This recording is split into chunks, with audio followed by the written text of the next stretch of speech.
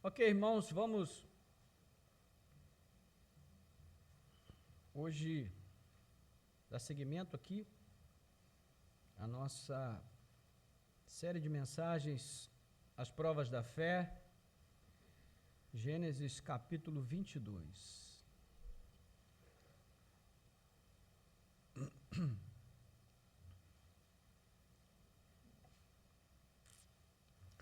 Quantos aqui sabem quem é Frodo Bolseiro? Quantos sabem? Não conhecem? Poxa vida. Frodo Bolseiro é o personagem principal, um dos personagens principais, mas na minha visão é o personagem principal da série Senhor dos Anéis. Ele é um hobbit, uma criatura muito pequena, encarregado de destruir um anel de poder em Orodruin, a montanha da perdição, ou a montanha do fogo. E na sua jornada até a montanha, ele enfrenta muitos obstáculos, muitos perigos, mas a sua maior luta estava dentro dele mesmo. Ele precisava vencer a sedução que o anel exercia sobre a vida dele e levá-lo para ser destruído na montanha, que era um vulcão em atividade. Ele não podia ceder ao fascínio do anel, não podia guardá-lo para si. Era esse o seu desejo, mas ele sabia que não era isso que ele devia fazer. E essa luta do Frodo entre fazer o que você sabe que deve fazer, mas não desejar fazer o que você sabe que deve fazer, é a luta de todos nós. É uma metáfora da nossa luta na vida. Essa foi também a luta de Abraão, entre fazer o que sabia que devia fazer ou ceder à tentação de preservar para si o objeto da sua paixão, seu filho Isaque. E nós temos falado sobre isso aqui, não é? E a ficção, o cinema, imita a verdade que a Bíblia nos ensina, que a verdadeira obediência não se esgota no simples desejo de fazer o que é certo, mas avança na persistência em realmente fazer o que sabemos que é correto à luz do propósito de Deus. Mesmo quando isso exige sacrifício pessoal e fere os nossos instintos de autoconservação. Esse é o grande desafio que vivemos, irmãos, durante o nosso tempo aqui nesse mundo como cristãos. Nós sabemos o que devemos fazer, mas daí a fazermos há uma distância muito grande. Não é verdade? E nós iniciamos essa jornada com o chamado ao discipulado radical e à obediência sacrificial de Cristo, como exemplo humano e relevante para esse propósito. Nós estamos estudando a história de Abraão com Isaque, naquela montanha. Compreendemos que Deus nos prova para revelar as verdadeiras intenções do nosso coração em relação a Ele, e Ele testa se nós o amamos acima de todas as coisas que Ele nos dá, ou se nós amamos as coisas mais do que o amamos. Na segunda parte, no domingo passado, nós subimos a montanha com Abraão e Isaque, e analisamos ali os conflitos emocionais que vão surgindo, tanto em um quanto em outro, quando nós decidimos obedecer a Deus sem entender o que Ele está nos pedindo, não é? E Abraão agiu com prontidão absoluta. E nós concluímos que o verdadeiro servo obedece fielmente à palavra de Deus. As provações que passamos neste mundo, irmãos, elas nos ajudam nesse sentido, porque elas eliminam as distrações. E então nós focamos nos propósitos eternos e naquilo que é essencial, que é vivermos em submissão incondicional à vontade de Deus. Então a caminhada de Abraão, ela prefigurava o sacrifício de Jesus, porque afinal das contas é a obra redentora de Cristo que nos capacita a suportar as dificuldades, e não um mero exemplo humano de Abraão ou de qualquer outro, mas ainda assim aquele exemplo nos serve como inspiração. E hoje nós chegamos à última etapa da nossa série, já estamos no Monte Sagrado, e chegou o momento crucial do sacrifício. O momento em que a intenção de agradar a Deus deve se transformar em ação, em atitude prática imediata. Então é hora de validar a decisão de obedecer até o fim. E é isso que nós vamos ver a partir do capítulo 22, a partir do verso de número 9. Só que a nossa leitura será feita desde o primeiro versículo até o versículo 19. Chegou lá? Gênesis 22. Depois dessas coisas, Deus pôs à prova Abraão e lhe disse: Abraão. Este lhe respondeu: Eis-me aqui. Deus continuou: Pegue o seu filho, seu único filho Isaque, a quem você ama, e vá à terra de Moriá. Ali, ofereça-o em holocausto sobre um dos montes que eu lhe mostrar. Na manhã seguinte, Abraão levantou-se de madrugada, e tendo preparado o seu jumento, levou consigo 2 dos seus servos e Isaque, seu filho. Rachou lenha para o holocausto e foi para o lugar que Deus lhe havia indicado. No terceiro dia, Abraão ergueu os olhos e viu o lugar de longe. Então disse aos servos: Espere aqui com o jumento, eu e o rapaz iremos até lá, e depois de termos adorado, voltaremos para junto de vocês. Abraão pegou a lenha do holocausto e o colocou sobre Isaque, seu filho. E ele, por sua vez, levava nas mãos o fogo e a faca. Assim os dois caminhavam juntos. Isaque rompeu o silêncio e disse a Abraão, seu pai: Meu pai. Abraão respondeu: Eis-me aqui, meu filho. Isaque perguntou: Eis aqui o fogo e a lenha, mas onde está o cordeiro para o holocausto? Abraão respondeu: Deus proverá para si o cordeiro para o holocausto, meu filho. E os dois seguiam juntos. Chegaram ao lugar que Deus lhe havia indicado. Ali Abraão edificou um altar, arrumou a lenha sobre ele, amarrou Isaque, seu filho, e o deitou no altar em cima da lenha.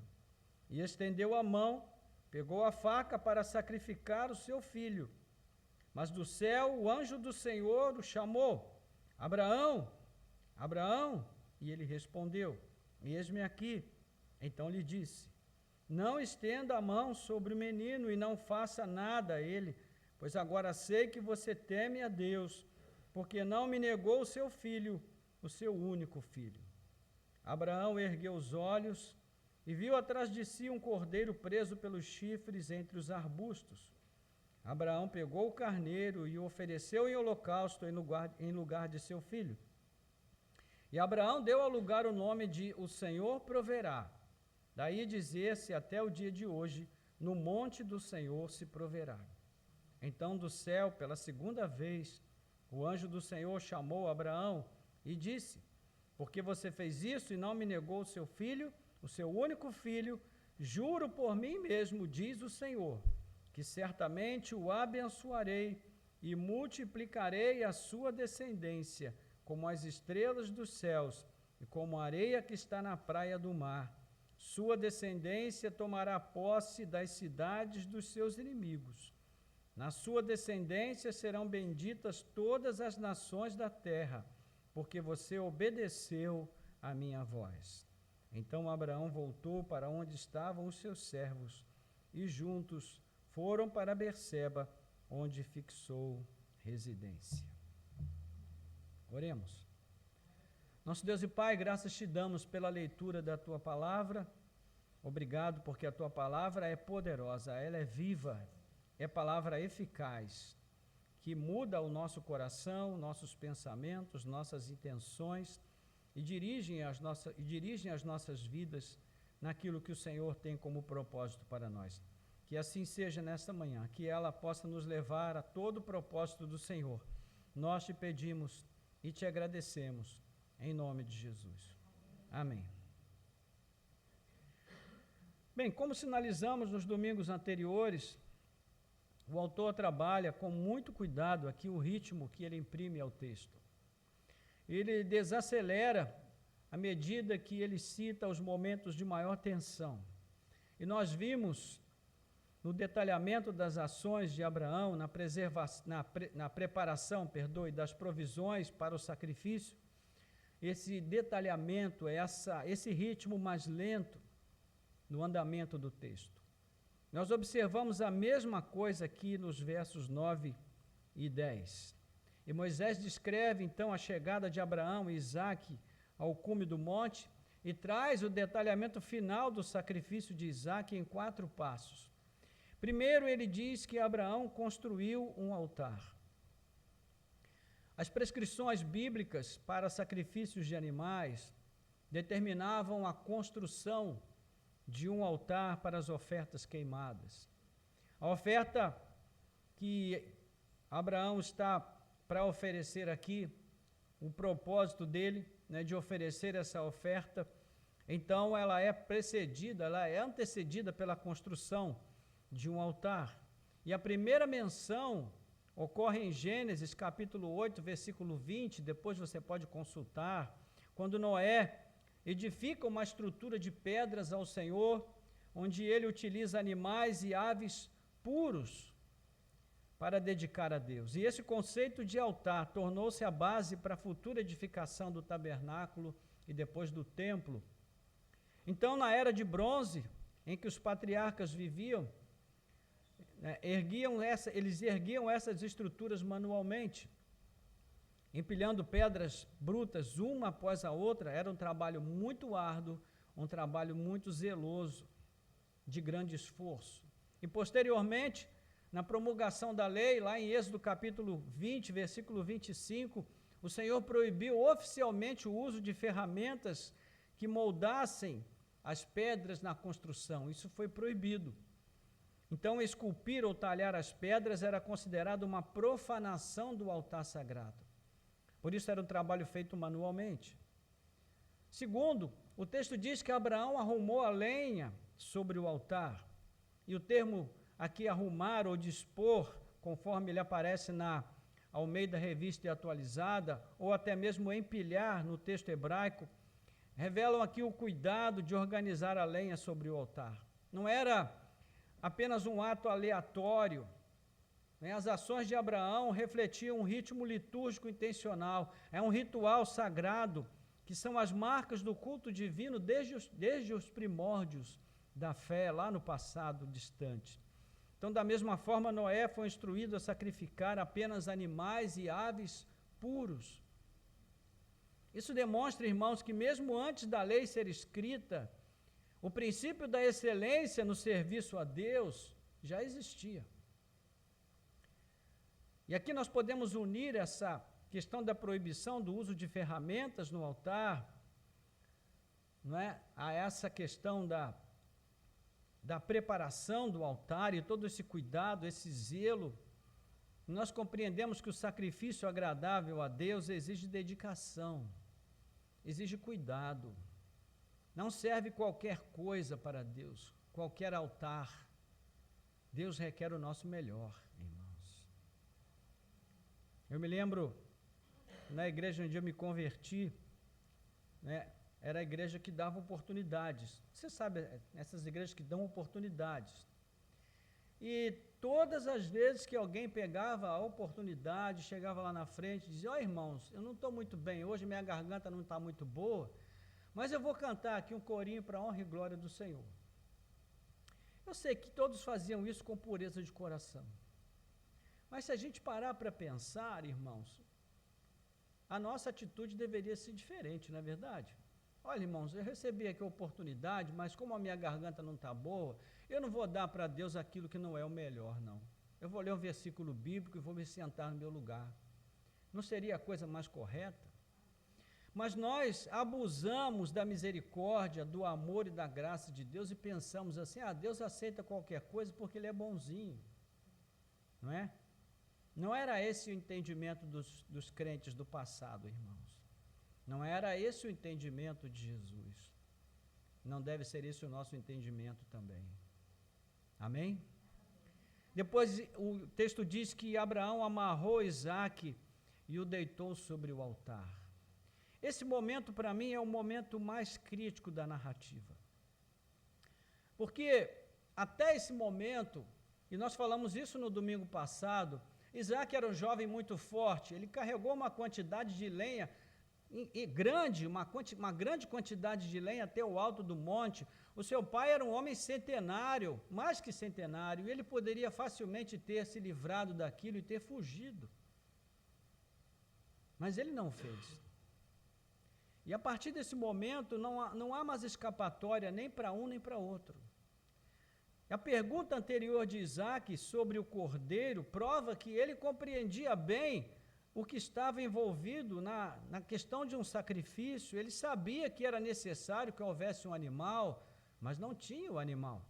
E agora ele estava sendo amarrado e deitado sobre o altar do sacrifício. O que isso indicava, irmãos? Estava claro que ele era o sacrifício.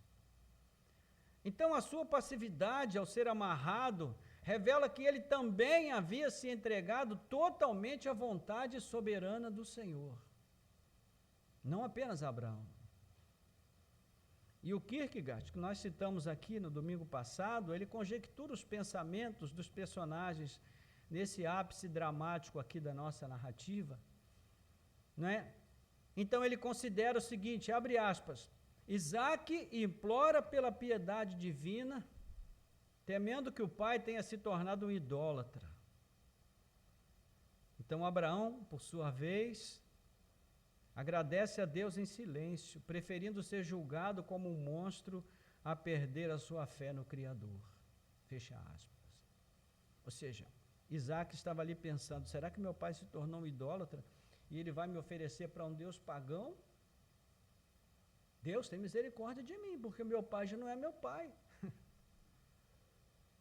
E o Abraão pensava consigo mesmo, Senhor, eu te agradeço por esse momento em que sou inspirado e motivado a seguir em frente, apesar de não ser essa a minha vontade.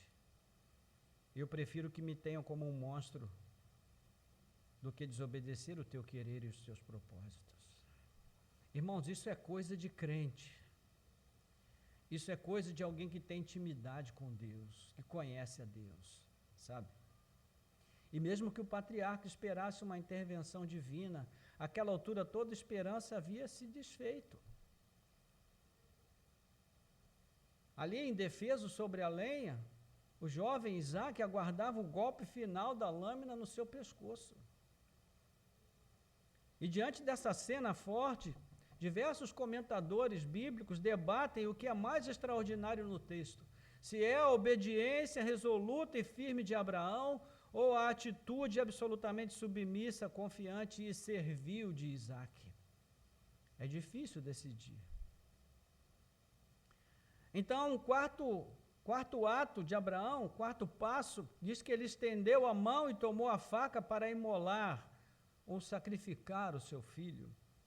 E a faca mencionada aqui, meus irmãos, não é uma faca comum dessas facas de cozinha. É uma faca de açougueiro, é um cutelo.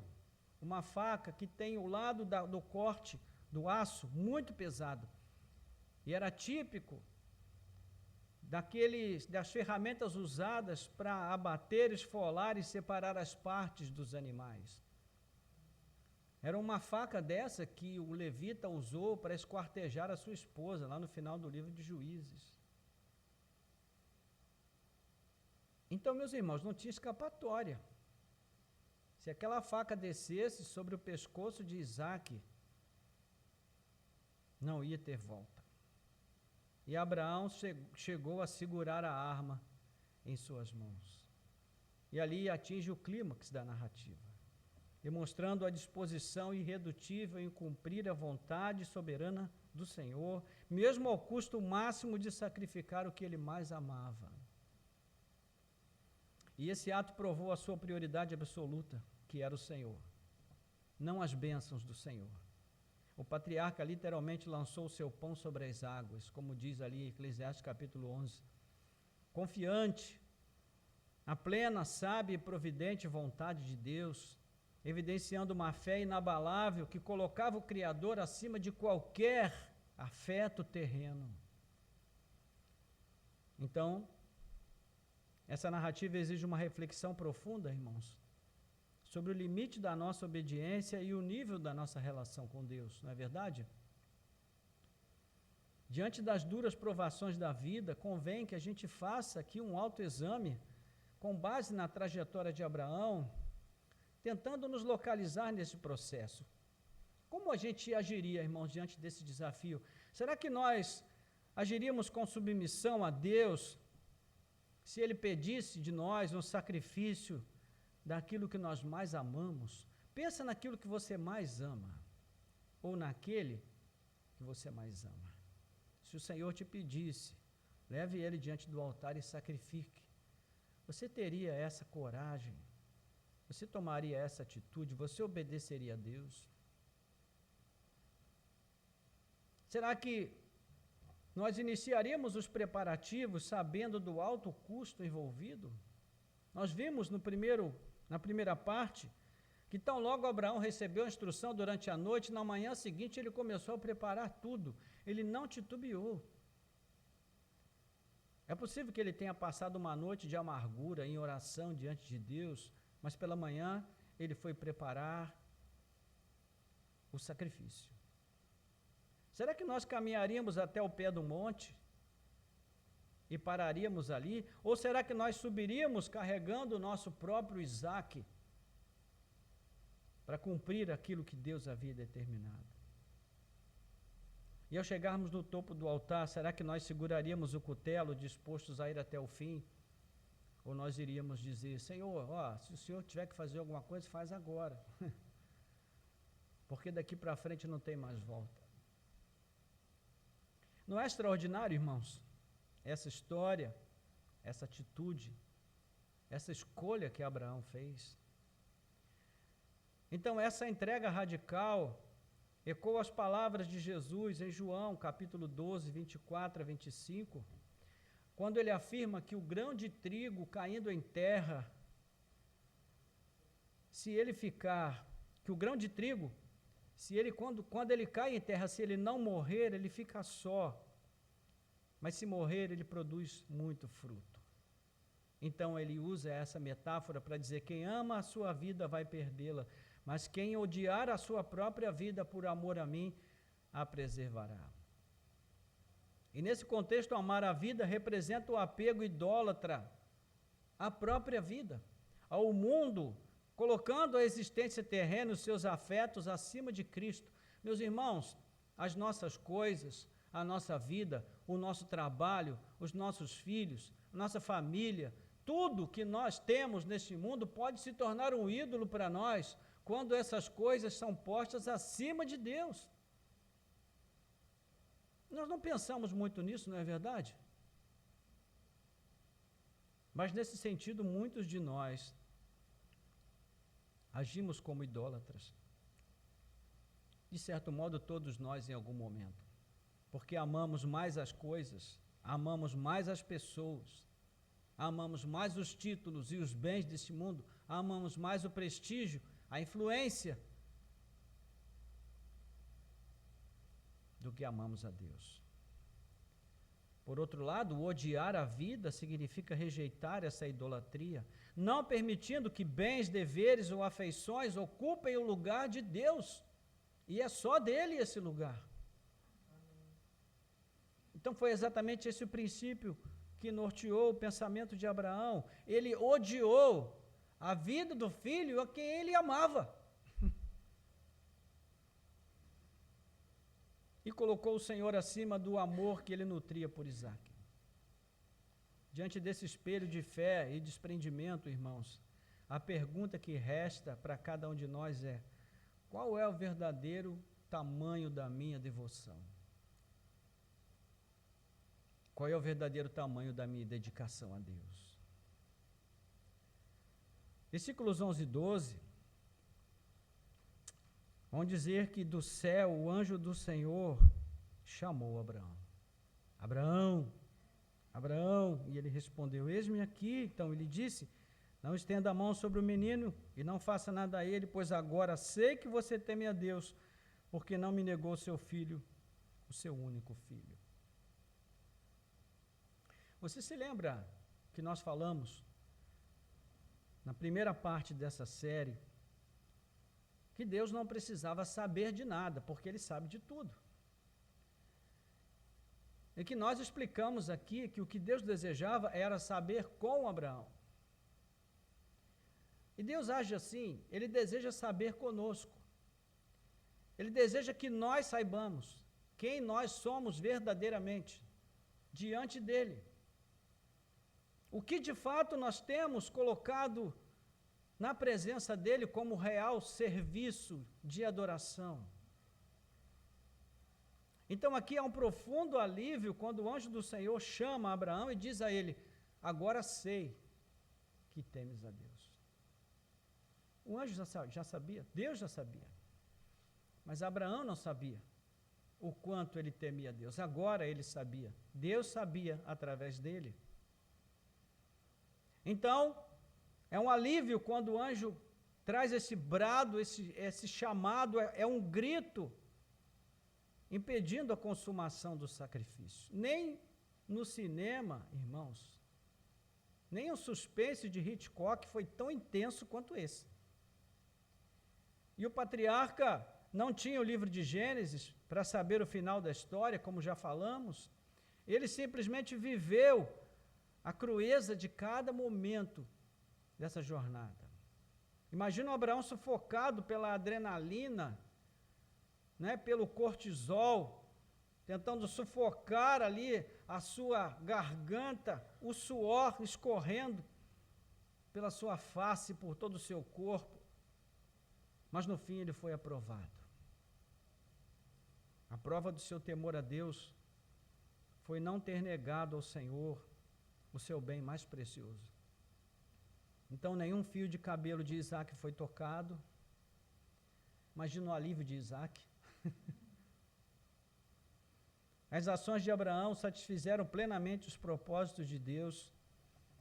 E essa obediência, irmãos, apesar disso, não conquistou méritos relacionados à aliança, porque Abraão já havia recebido antecipadamente todos os benefícios. A prova de Abraão não serviu para que ele pudesse ser digno de conquistar o que Deus havia prometido, porque o Senhor já tinha dado a ele tudo. Mas ela serviu para evidenciar que ele realmente amava a Deus acima de todas as coisas. Deus age da mesma forma conosco, irmãos. As provações que passamos não servem para alcançarmos méritos diante de Deus, para testar, para tentar, né, comover a Deus a nos dar aquilo que pedimos, mas serve para testar a nossa fé, se o amamos além das bênçãos que Ele nos dá, graciosamente. E aqui se destaca a importância do temor a Deus, porque o anjo diz: agora sei que temes a Deus. E o texto hebraico, essa palavra não significa medo, mas uma profunda reverência e veneração diante de Deus. É o receio de ofender aquele em quem se reconhece máxima santidade, dignidade e honra. Então, isso é o temor que a Bíblia descreve.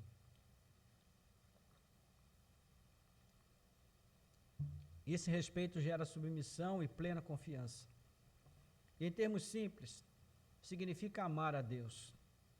Amar a Deus acima de tudo, inclusive da própria vida. Porque, irmãos, vamos pensar, no final das contas, o que de melhor Abraão ofereceu naquele momento?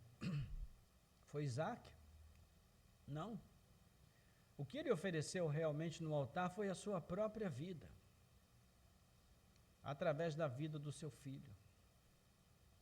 Foi isso que Abraão ofereceu. Se pudéssemos fazer um paralelo, Abraão, ele matou ali no altar a sua velha natureza. Porque o Abraão que sobe com Isaac é um, mas o Abraão que desce é outro. O Isaac que sobe com seu pai é um, mas o que desce é outro. Porque aquela experiência mudou a vida de ambos para sempre. Você sabe como Isaac se refere a Deus? Depois você pega e dá uma lidazinha na história de Isaac, que segue. Você vai ver que Isaac se referia a Deus como temor. Era assim que ele chamava a Deus, temor com T maiúsculo. Porque essa experiência ficou gravada na mente de Isaac, na sua retina, nas suas memórias mais profundas. e ele se referia a Deus como temor. Depois Jacó, quando vai se referir ao Deus de seu pai, ele se refere a ele chamando de temor de Isaac. Ou seja, isso foi o que ficou gravado na história de Abraão e de Isaac. Irmãos, essa é a mudança que todos nós precisamos experimentar. A morte da velha natureza. O sacrifício dos nossos ídolos queimados, destruídos diante do altar de Deus. Não como uma oferta necessariamente, mas como uma atitude verdadeira de quebrantamento e de contrição, de devoção, de consagração da vida plenamente ao Senhor. Então, é exatamente essa devoção que Jesus espera de seus seguidores quando ele afirma, lá em Mateus 10, 37, quem ama o seu pai ou a sua mãe mais do que a mim, não é digno de mim. E quem ama o seu filho ou a sua filha mais do que a mim, não é digno de mim. Texto duro, não é, irmãos? Duro esse texto. E Abraão provou que não amava o seu filho mais do que a Deus. E diante disso cabe a pergunta, é assim que você ama Jesus? Mais do que as pessoas que você mais ama neste mundo? Mas o que vem no verso seguinte é ainda mais maravilhoso que o temor comprovado de Abraão, versos 13 e 14. Abraão ergueu os olhos e viu atrás de si um carneiro preso pelos chifres entre os arbustos. Abraão pegou o carneiro e ofereceu em holocausto em lugar de seu filho. E Abraão deu ao lugar o nome de O Senhor proverá. Daí dizer-se até o dia de hoje, no monte do Senhor se proverá.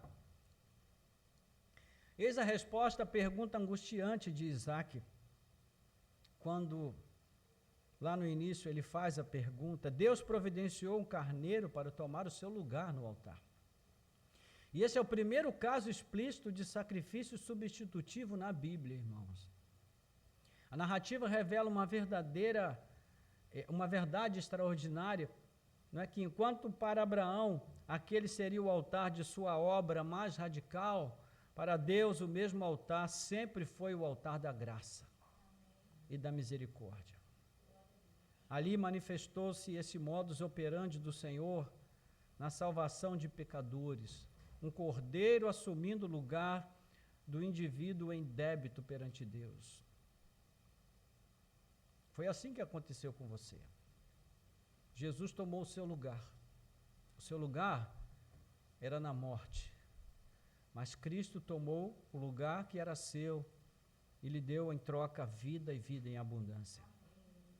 Assim Deus mostra que a relação com Ele não se baseia em obras, mas na graça redentora e gratuita em benefício do crente. Abraão toma o animal e o oferece sobre a estrutura sagrada. Então, irmãos, as alianças bíblicas são seladas com sangue. Você vai ver ali em Êxodo capítulo 24, verso 8, quando o Senhor estabelece que Moisés ofereça um sacrifício na aliança celebrada com o Senhor e diz, esse é o sangue da aliança. Em Mateus 26, 28, quando Jesus celebra a ceia com os discípulos, ele diz, este cálice é o sangue da nova aliança. E em Hebreus capítulo 13, versículo 20, também o autor vai falar sobre o sangue da aliança. A aliança com o patriarca, firmada em Gênesis 15, ela também foi uma aliança de sangue, quando o Senhor manda que o Abraão parta os animais ao meio, e o Senhor passa no meio dos animais, né, deixando ali subentendido, né, que se faça comigo o que se fez a esses animais se eu romper a minha parte na aliança. Isso servia para Abraão e para o Senhor. Então, agora a aliança é renovada aqui pelo derramamento de sangue, mas com um caráter declaradamente substitutivo. E mais, existe aqui o acréscimo do juramento, porque até ali o Senhor havia se comprometido apenas com promessa, mas agora também com juramento. Em Hebreus capítulo 6, o autor destaca que o Senhor, para tornar claro a sua decisão e o seu propósito de cumprir o que havia prometido, ele se interpôs com promessa e juramento. Então, esse ato torna explícito que o plano redentor do Criador, que interrompe a queda, inicia-se com Abraão e sua família. Por fim, o patriarca renomeia o lugar como o Senhor proverá. Até os dias de Moisés, aquele monte na região de Moriá ficou conhecido como Monte do Senhor se proverá. Amém, irmãos? Glória a Deus. Versículos 15 a 18, já concluindo, passando para a conclusão. Então do céu, segunda vez, o anjo do Senhor chamou Abraão e disse: porque você fez isso e não me negou seu filho, seu único filho, juro por mim mesmo, diz o Senhor, que certamente o abençoarei e multiplicarei a sua descendência como as estrelas dos céus e como a areia que está na praia do mar. Sua descendência tomará posse das cidades dos seus inimigos. Na sua descendência serão benditas todas as nações da terra, porque você obedeceu a minha voz. Então Abraão voltou para onde estavam os seus servos e juntos foram para Berseba, onde fixou residência. O anjo do Senhor, em uma teofania, uma aparição divina, ele chama Abraão mais uma vez para ratificar a aliança. Dessa vez, os termos que antes estavam dispersos em vários textos diferentes, capítulo 12, capítulo 15, 17, são reunidos em um todo harmônico aqui. Deus apresenta dois motivos para essa renovação. Primeiro, o fato de Abraão não ter negado o seu único filho, que é uma ênfase repetida 3 vezes na narrativa. O Senhor diz: o teu filho, teu único filho, a quem amas. Teu filho, teu único filho, a quem amas. Teu filho, teu único filho, a quem amas, para dar peso à narrativa e ao valor daquilo que Abraão fez perante o Senhor. Então, esse foi primeira razão. A segunda razão foi a sua obediência pronta à voz divina, sem questionar, sem titubear. Ambas atitudes provaram o temor de Abraão ao Senhor. E a ratificação da promessa, como falamos, que aqui contém o acréscimo de um juramento, é composto de 3 cláusulas, poderosas cláusulas. Primeiro, o Senhor promete uma descendência numerosíssima. Ele diz: certamente abençoarei e o multiplicarei, versículo 17, e a sua descendência será como as estrelas dos céus e como a areia que está na praia do mar. Ou seja, será uma descendência muito numerosa. Então, isso garante a perpetuação do nome de Abraão, expandindo a sua linhagem indefinidamente, como é prometido em Gênesis capítulo 12, versículos 1 a 2, quando o Senhor diz: Abraão, eu vou fazer para você um nome que será honrado em todo lugar. E também no capítulo 15, versículo 5, onde existe a promessa nesse sentido também, que é confirmada e ratificada ali. Segundo lugar, a conquista das cidades inimigas. Sua descendência tomará posse das cidades dos seus inimigos. Versículo 17, última parte. E aqui envolve a promessa da posse da terra de Canaã, onde o patriarca até aquele momento apenas peregrinava, que é uma promessa contida no capítulo 15, versículo 7. E por fim, a promessa do verso 18: na sua descendência serão benditas todas as nações da terra, porque você obedeceu a minha voz. Estabelece que a família de Abraão seria o veículo para abençoar todos os povos da terra, conforme é prometido no capítulo 12, versículo 3. E essa última cláusula revela que, desde o princípio, o plano de salvação do Criador não se restringia a uma etnia, a um povo, ao Israel nacional, mas tinha o propósito global de alcançar todas as famílias do mundo. Esse era o propósito. E aqui, meus irmãos, é importante nós entendermos o que está posto realmente nessa aliança de Deus com Abraão, que depois vai ser confirmada em Davi e que vai ser plenamente estabelecida em Jesus Cristo, nosso Senhor e Salvador. O propósito de Deus é que todas as nações da terra sejam alcançadas, que todos os povos conheçam a sua palavra. É assim que o mundo se enche da glória do Senhor, como as águas cobrem o mar. Quando a palavra de Deus se espalha pelo mundo afora e alcança povos, famílias, homens, mulheres, crianças, jovens e todos aqueles que são alcançados por essa palavra que transforma, que muda a vida das pessoas, esse chamado a participar da grande família de Abraão. É assim que Deus abençoa este mundo, irmãos. E a igreja, que somos nós, hoje, é o veículo através do qual Deus abençoa este mundo. Então, sempre que você fala de Jesus para uma pessoa, você está participando do cumprimento dessa promessa que Deus fez a Abraão. Já pensou nisso? No tamanho dessa responsabilidade, desse privilégio? Não é somente, irmãos, trazer pessoas para a igreja. É incluir as pessoas nessa grande promessa. Quando o livro de Mateus é escrito, o Evangelho começa justamente mostrando esse aspecto, que a vinda de Jesus ao mundo, ela vem no cumprimento daquilo que foi prometido a Abraão e ratificado em Davi em termos de aliança. Então, versículo 19, chegando aí ao final, diz que Abraão voltou para onde estavam os seus servos e juntos foram para Berseba, onde fixou residência. É interessante que agora Abraão pôde cumprir a promessa feita anteriormente aos seus servos. Ele havia dito, olha, eu e o rapaz vamos até lá adorar no monte e depois de termos adorado voltaremos. Versículo 5. Mas será que essa era uma convicção no coração de Abraão? Ou era uma declaração de fé? Nunca vamos saber. É bem provável que ele tenha se surpreendido em poder cumprir essa promessa. Porque ele saiu sem ter nada certo em seu coração.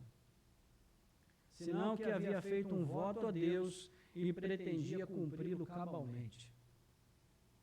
A única coisa certa em todo esse processo não era a promessa de Abraão, mas sim a promessa de Deus.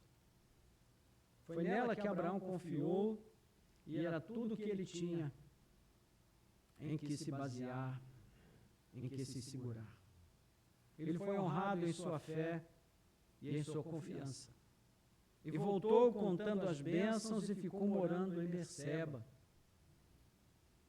durante o tempo de sua peregrinação naquele lugar.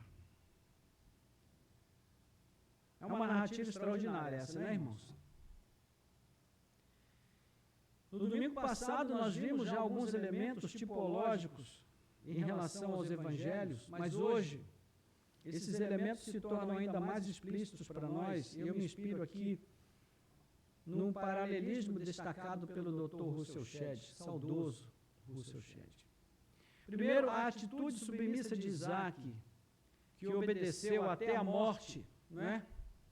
Porque quando ele foi amarrado, se deixou amarrar voluntariamente, quando ele foi deitado naquele altar, ele já tinha entregado a sua vida à morte. Então ele obedeceu até a morte. Isso nos remete à obediência igualmente incondicional de Cristo, Filipenses 2, quando Paulo diz que ele, tendo sido achado em forma de Deus, não teve como usurpação ser igual a Deus, mas a si mesmo se humilhou. Sendo achado em forma humana, ele se humilhou até a morte e morte de cruz. Sendo obediente até a morte. A diferença é que, no caso de Cristo, isso foi literal, não foi apenas uma metáfora. Segundo, tanto o pai Abraão quanto o Deus Pai não poupou o seu próprio filho, o seu único filho a quem tanto amava. Romanos capítulo 8, verso 32, Paulo vai falar sobre isso. Aquele que não poupou o seu próprio filho, antes o entregou por nós. Terceiro, o cordeiro que substituiu Isaque no altar de sacrifício é o tipo mais rico de Cristo no Antigo Testamento. O Cordeiro de Deus que tira o pecado do mundo. Aquele que nos substituiu na morte por causa dos nossos pecados e nos deu a vida eterna. João capítulo 1, versículo 29, e Hebreus capítulo 10, 5 a 10 faz essa conexão clara. E quarto, assim como Isaque voltou da morte com Abraão, Cristo voltou da morte pela ressurreição ao terceiro dia. Hebreus capítulo 11, 19 também faz esse paralelo. 1 Coríntios 15, 3 a 9, Paulo fala sobre as muitas testemunhas da ressurreição de Cristo. Então, esse Jesus demonstrou com muita clareza qual deve ser a atitude dos homens, das pessoas que realmente querem ter uma vida com Deus por meio do Cristo, que é uma entrega incondicional, uma rendição total à vontade do Pai, porque foi isso que Jesus fez, irmãos. Ao vir ao mundo, ao encarnar-se, a sua primeira atitude foi a de se esvaziar. E é assim que Paulo descreve em Filipenses 2, conforme nós citamos. Embora sendo Deus, não se apegou a essa condição, mas se esvaziou, assumindo a nossa humanidade, até a morte, até a atitude mais radical de entrega e rendição à vontade do Pai. Chegamos à conclusão, nos lembrando da passagem de João que já citamos. Quem ama a sua vida, perde-a. Mas aquele que odeia a sua vida neste mundo, irá preservá-la para a vida eterna. No momento mais escuro do cume do monte, em Moriá, quando a lâmina da faca de Abraão reluzia e já se preparava para dilacerar o seu próprio filho, o coração de Isaque acelerado, o silêncio foi rompido pelo brado do anjo: não estendas a mão sobre o menino. Deus não queria a morte de Isaque, o que ele queria era o coração de Abraão. E isso foi o que ele teve. O coração de Abraão foi consagrado no altar para Deus. O velho Abraão morreu e o novo Abraão desceu do monte com seu filho. Meus irmãos, essas experiências mudam a vida da gente para sempre. Não há nada de romântico aqui. E ali, preso pelos chifres em um arbusto, ocasionalmente, estava um carneiro. E a gente poderia especular, conjecturar, né? Quem sabe um vizinho ali que perdeu uma das suas ovelhas, não sabia onde ela foi parar. E ocasionalmente ela estava ali no monte, com seus chifres presos entre a galhada. Deus proverá. Deus proverá. Então, meus irmãos, o altar que agrada a Deus é o altar da graça, não é o altar das obras. A nossa caminhada de obediência radical só faz sentido e é possível porque séculos mais tarde, em outra colina chamada Calvário, o cenário se repetiu, a história se repetiu. Mas dessa vez não houve nenhum brado do céu para impedir o golpe final. O Pai não poupou seu próprio Filho, Jesus Cristo. O verdadeiro grão de trigo entregou-se voluntariamente, feriu o coração da terra ao ser encravado violentamente na cruz. E ele foi amarrado ao altar da nossa redenção e morreu para que pudéssemos dar fruto através da sua vida fluindo em nós. Que o Senhor nos conceda a fé de Abraão, que o Senhor nos conceda a submissão e a rendição de Isaque, mas que acima de tudo Ele nos faça imitadores de Cristo, possamos descer hoje dessa montanha convictos de que, irmãos, não importa o tamanho do sacrifício que Deus nos peça, Ele já nos deu, o Senhor, Ele já nos deu de suas mãos o melhor que Ele podia dar na cruz. Então, nele e por Ele nós podemos obedecer. Sim, podemos ir até o fim no propósito de agradá-lo, por causa dEle. Por causa dEle. E hoje, a título de aplicação, eu queria fazer algo diferente. Eu queria hoje imitar um pregador batista.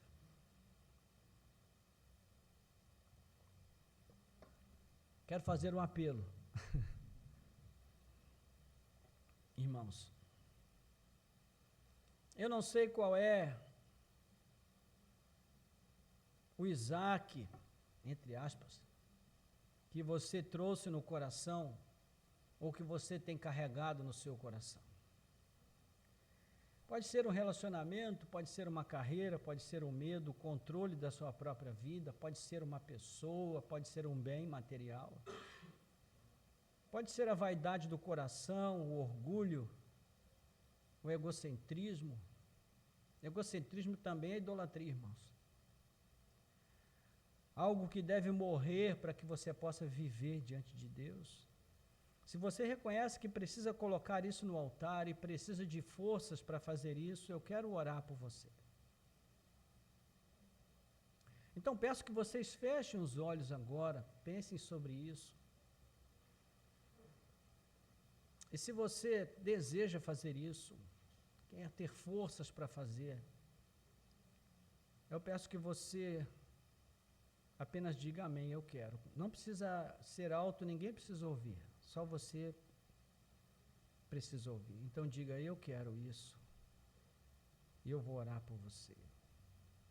Senhor, eu oro por esse meu irmão, por essa minha irmã, que toma agora a atitude consciente de entregar no teu altar, Senhor, esse bem precioso, que apesar de precioso tem servido como obstáculo para que o teu filho ou a tua filha renda a sua vida definitivamente e verdadeiramente diante do teu altar. Aceita, Senhor, o sacrifício deste Isaac diante do teu altar. Que essa atitude honre o teu nome, glorifique o teu nome. Que o Senhor conceda forças ao teu filho, que o Senhor conceda determinação, que o Senhor conceda um profundo amor e um profundo afeto por ti, para que ele siga em frente e faça aquilo que sabe que deve fazer. Em nome de Jesus. Um segundo ponto, irmãos, Jesus não nos chamou para uma religião de aparências, mas para morrer para nós mesmos e viver para Ele. Então, se você passou a sua vida inteira retendo o controle, guardando o seu anel de poder, ao invés de destruí-lo no monte, vivendo para os seus próprios instintos de autopreservação, de autoconservação, hoje é o dia de se render. Então eu convido você para aceitar o chamado radical de Jesus pela primeira vez. Ou quem sabe você precisa se reconciliar com Cristo hoje. Eu também quero orar por você. Então feche os seus olhos, diga apenas eu quero isso. Eu tenho me esforçado para controlar tudo sempre. Não tenho confiado em Deus. Tenho confiado somente em mim mesmo. No meu braço, na minha força, no meu trabalho, na minha capacidade, no meu grau de instrução, no meu orgulho, na minha vaidade. Mas agora eu quero colocar isso diante do altar para ser totalmente consumido pelo fogo da presença de Deus. Senhor, eu oro por esse meu irmão, por essa minha irmã, que toma agora essa atitude radical de oferecer no altar do sacrifício, ó Deus, esta autodeterminação de controle, o controle de tudo, da sua própria vida, da vida de pessoas ao seu redor, controle das situações, das circunstâncias que vêm muitas vezes sem avisar. Quem sabe esse coração ressentido e magoado porque não pôde controlar essa ou aquela situação, e isso gerou um ressentimento contra o próprio Senhor, mas que nunca foi confessado. Que nessa noite haja, que nessa manhã haja confissão, Senhor. Confissão desse ressentimento, dessa mágoa, e uma entrega incondicional do controle nas tuas mãos. Reconhecendo que só o Senhor é sábio. Só o Senhor conhece o princípio e o fim de tudo, e só o Senhor tem todo o poder. Nós não somos onipotentes, só o Senhor é. Então, Senhor, toma nas tuas mãos este ato de fé, nós o entregamos a Ti, em nome de Jesus. Glória a Deus. Quem sabe, irmãos, alguns de nós pararam ao pé do monte. Quem sabe outros prepararam a lenha, mas estão com medo de amarrar no altar o que mais amam. Onde é que você travou a sua obediência a Deus? Se esse é o seu caso, meu convite é para você dar mais um passo nessa manhã. Se você travou ao pé do monte, suba. Se você subiu, mas não quer abrir mão do controle, entregue. Você possa confessar a Deus a sua dificuldade e pedir que a obra de Cristo te capacite para ir até o fim. Se esse é o seu caso, feche os seus olhos, diga: esse é o meu caso. Eu reconheço que eu até tentei, mas eu travei numa determinada parte do caminho. Não fiz tudo o que devia ter feito. Senhor, eu quero orar por esse meu irmão, por essa minha irmã, que um dia tomou a decisão de entregar tudo por Jesus. Mas, Senhor, as circunstâncias, as lutas da vida, os desafios, as mudanças com o tempo, trouxeram, Senhor, o comodismo, trouxeram, Senhor, o endurecimento do coração, trouxeram a desconfiança no lugar da fé, trouxeram a dúvida no lugar da certeza quanto ao Teu poder de prover, de cuidar, de dirigir, de guiar, de conduzir. Então, Senhor, que nessa manhã, esse Teu filho, a Tua filha que tomou essa decisão, seja recebido diante do Teu altar. Ó Senhor, opera na sua vida. Opera com o Teu poder, Senhor. Dá coragem, meu Deus. Traz a determinação, Senhor, a força, para que essa decisão, este saber o que deve ser feito, se torne em uma ação, em algo concreto, real, em prática. Para que a obra seja concluída e aquilo que foi interrompido, Senhor, seja levado adiante, até o alto do monte, onde Cristo espera com a sua cruz, pois a Tua palavra diz que se nós morrermos com Cristo, com Ele viveremos. Em nome de Jesus. Glória a Deus. Por fim, irmãos, em maior ou menor grau, que o Senhor nos ajude a todos. Todos nós precisamos abraçar a Cristo e odiar a tudo aquilo que nos prende a este mundo. Que o Senhor nos dê força para mostrarmos a este mundo o seu amor nas nossas vidas. Que Ele nos constranja e nos leve de volta ao discipulado radical e à obediência incondicional. Em nome de Jesus. Amém? Glória a Deus. Que o Senhor nos abençoe. Amém.